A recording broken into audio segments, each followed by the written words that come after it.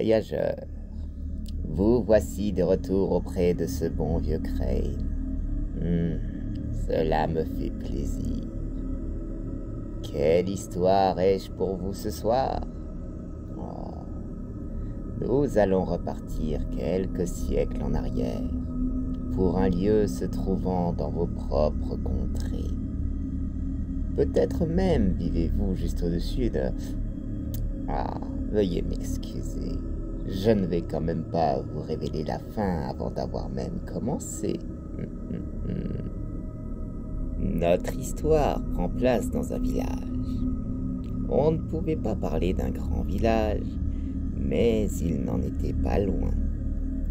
C'était dans cet endroit que vivait une jeune fille du nom de Lucie, fille d'un ébéniste et d'une couturière dont les vêtements étaient assez prisés, leur permettant de vivre relativement loin de la misère et du besoin. La petite Lucie était emplie d'admiration pour sa mère et avait appris la couture auprès d'elle. Elle fit preuve d'un grand talent, si bien que très vite, personne ne pouvait dire si un vêtement avait été conçu de la main de la mère ou de la fille. Celle-ci prenait d'ailleurs beaucoup de plaisir à coudre et à confectionner. Elle mettait beaucoup de passion dans ses créations, si bien qu'à l'âge de 13 ans, elle jouissait déjà d'une réputation égale à celle de sa génitrice. Une telle notoriété, c'était beaucoup pour une jeune fille de cet âge. Cependant, elle continuait de travailler avec passion, une passion si forte qu'elle influençait sur ses créations, à un point qu'elle ne soupçonnait même pas. Sans le savoir, Lucie était dotée d'un don rare, celui de pouvoir imprégner ses créations avec ses émotions. Elle infusait son amour et sa passion dans le tissu, si bien que les personnes venant à s'en vêtir étaient empreintes de ses énergies. La vie semblait leur sourire. Ils respiraient la joie et la confiance. Ils semblaient même attirer à eux nombre d'événements positifs. Inutile de dire que cela ne passa pas inaperçu bien longtemps. Des rumeurs avaient commencé à courir dans le village, si bien que très vite, Lucie fut surnommée la jeune fille à l'âme de soie. Certes, les rumeurs se faisaient bruyantes, mais nombre de personnes restaient sceptiques. Après tout, la mère de Lucie, ayant vu le talent de sa jeune enfant, avait vite réservé ses vêtements aux plus fortunés. Par conséquent, peu de gens pouvaient vérifier ses dires. Le plus ironique était que notre jeune couturière n'avait même jamais porté la moindre de ses créations. Elle ne s'était jamais cousu une robe pour elle-même. L'autre point ironique était que malgré le vent de ces rumeurs, elle n'avait toujours pas conscience de son don. Elle n'en avait pas entendu parler. Et si tel avait été le cas, elle aurait été trop humble pour l'exploiter. Mais inutile de dire que de telles rumeurs n'étaient pas sans susciter certaines craintes. Après tout, les soupçons de sorcellerie ne tardèrent pas à être exprimés, mais beaucoup de ceux portant ces soupçons n'osèrent pas la dénoncer. En effet, il est assez difficile de croire qu'une enfant de 13 ans, fille de bonne famille qui plus est, puisse baigner dans un art réputé si sombre, sans compter que jusqu'à présent, les effets attribués à ses créations n'avaient nui à personne. Au bout de quelques semaines, les rumeurs avaient fini par atteindre les oreilles du duc local. Ce dernier fut particulièrement intrigué et commença à désirer l'un de ses vêtements. Il était encore relativement jeune et réputé pour être avide de richesses. Ainsi, la perspective de détenir une tunique porteuse de bonne fortune le séduisait au plus haut point. Il prit alors la décision de se rendre en personne auprès de la jeune couturière. Il fit préparer le voyage afin d'y être le plus vite possible. Celui-ci dura presque 2 jours entiers, durant lesquels l'impatience du duc ne fit qu'augmenter, et durant lesquels il ne put trouver le sommeil. Lui et sa cour arrivèrent finalement lors d'un début d'après-midi, et il se rendit immédiatement auprès de la jeune fille. Inutile de dire que cette dernière fut très impressionnée lorsqu'il se présenta à sa porte. Le noble s'exprima en personne, expliquant à notre chère Lucie ce qu'il souhaitait, occultant bien évidemment les effets qu'il désirait obtenir. Cependant, l'impatience et la fatigue avaient bien pesé sur son humeur, si bien qu'il se montra très ferme, effrayant même son interlocutrice. Il lui ordonna d'achever sa tâche en 3 jours, seul, sans l'intervention de sa mère. Celle-ci serait même placée sous surveillance, afin que cette directive soit bien respectée. Lucie n'avait pas le choix. Elle allait devoir entamer sa tâche immédiatement. L'attitude du duc lui avait mis la boule au ventre, et elle travailla donc sous la coupe de la peur, toute once de passion pour son art ayant été effacée, laissant place à une angoisse constante. Elle ignorait ce qu'il aurait bien pu advenir d'elle et de sa famille si elle ne parvenait pas à achever la tunique dans le temps qui lui avait été donné. L'inquiétude qui en découlait ne put s'estomper, car le regard constant des gardes sur elle et sa mère ne faisait que l'accentuer. Bien sûr, la passion s'étant tarie au profit de ses émotions négatives, l'effet de transfert qu'elle avait sur ses créations en fut grandement altéré.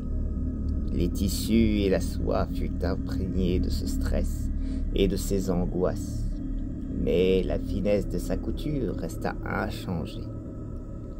Les 3 jours passèrent difficilement, Lucie pouvant à peine dormir et manger, mais contre toute attente, elle s'acquitta de sa tâche, avec brio d'ailleurs.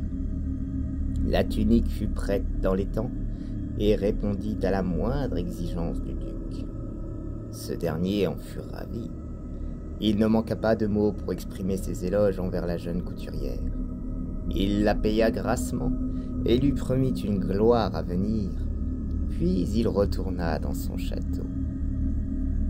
Durant les jours qui suivirent, notre chère Lucie ne put se remettre au travail, devant avant tout se reposer et reprendre le poids qu'elle avait perdu.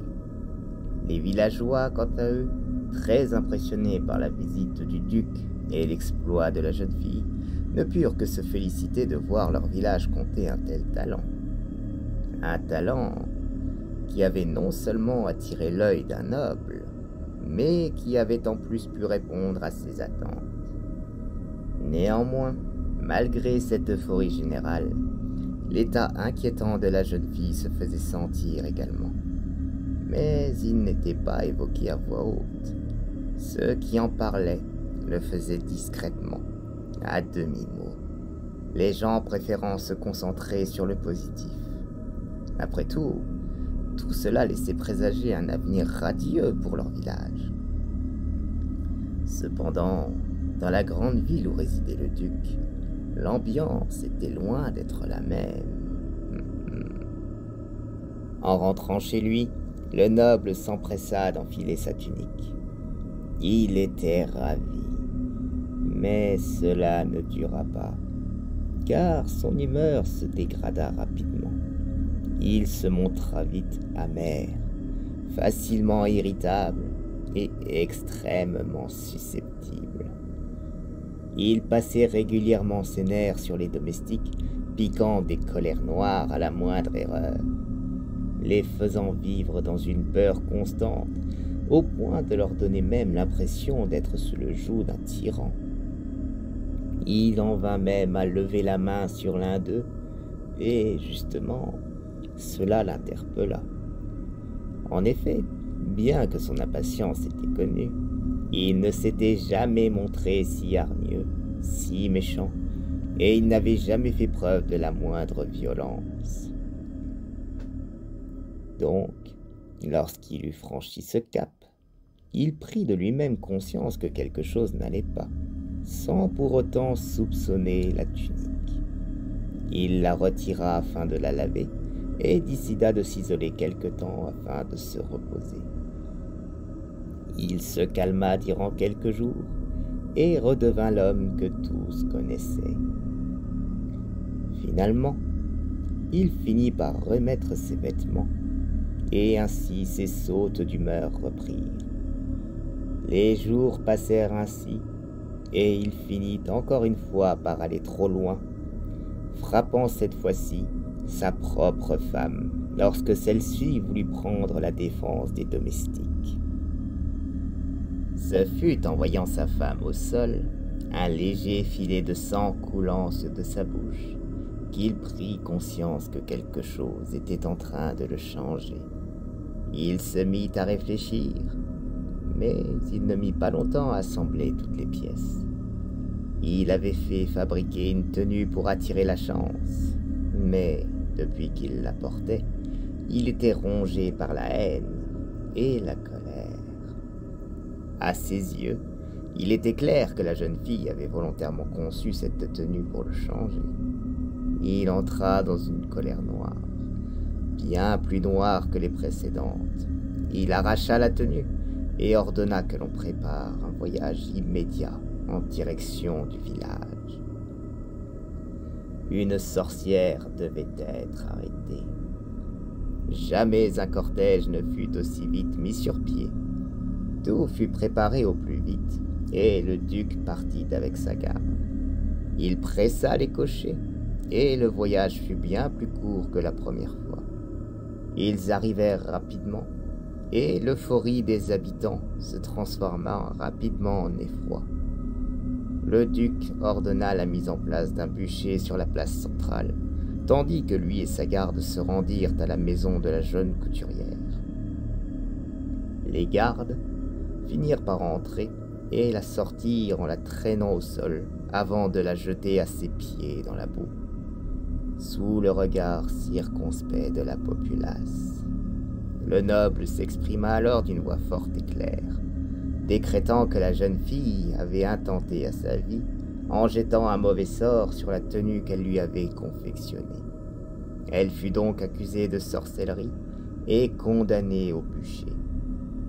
Personne n'osait dire quoi que ce soit. Pas même un murmure ne pouvait se faire entendre. Il fit relever notre chère Lucie et ordonna qu'elle soit amenée jusqu'à sa sentence. Il ouvrit alors la marche, suivi de cette dernière marchant silencieusement, entourée par les habitants et les soldats, chacun se tenant à une certaine distance d'elle.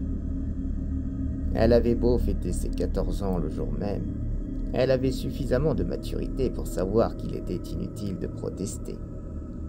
Elle ne pouvait pas se défendre. Elle ignorait toujours que les vêtements cousus de sa main détenaient un pouvoir. Par conséquent, elle ne comprenait pas d'où pouvaient venir ces accusations. Même ses parents, marchant près d'elle, ne parvenaient pas à comprendre. Ils arrivèrent finalement à la place centrale du village, et Lucie fut conduite juste devant le tas de bois enflammé à son intention.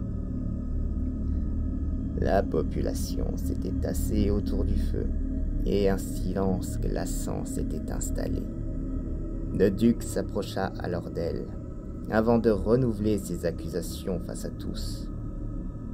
Mais les villageois restaient pantois face à une telle scène. Mais que pouvait-il dire après tout? La noblesse avait toujours le dernier mot. Il déclara que la jeune Lucie était accusée de sorcellerie.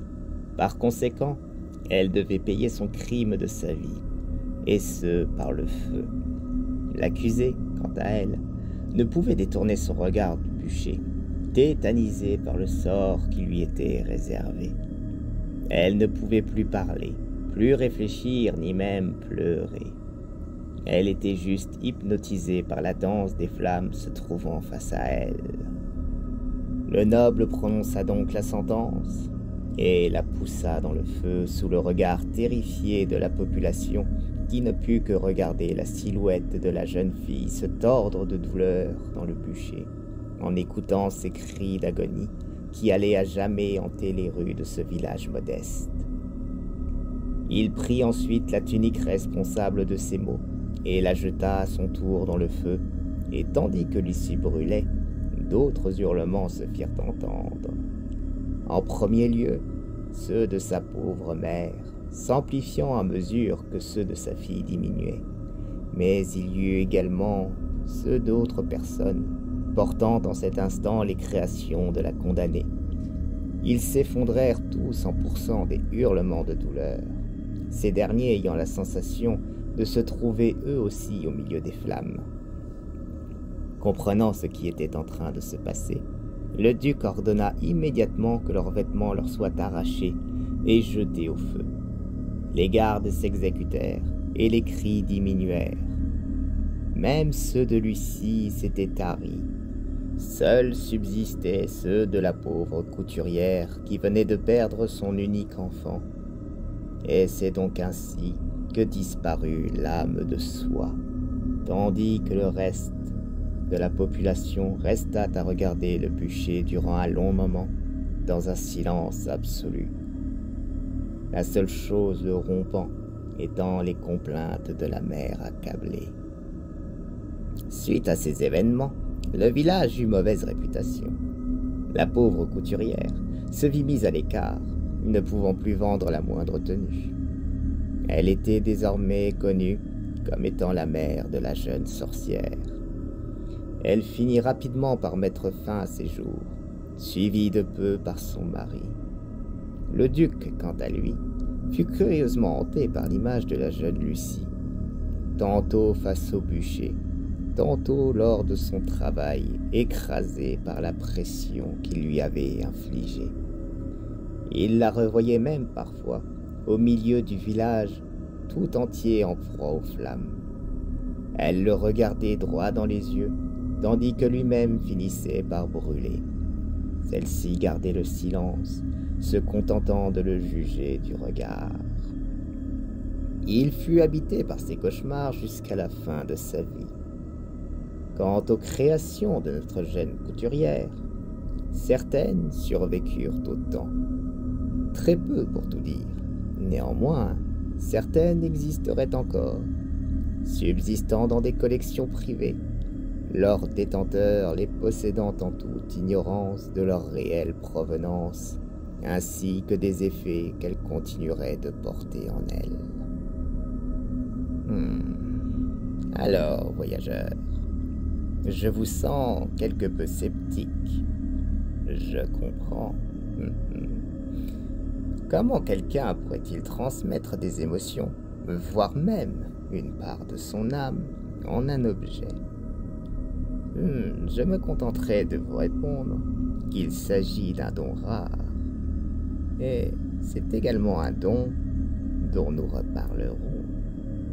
Mais vous verrez que ces effets peuvent faire bien plus de dégâts. Pour l'heure, je vous souhaite une bonne route, voyageurs. Nous nous reverrons bientôt. Et comme d'habitude, l'épouvantail aura toujours une histoire pour vous.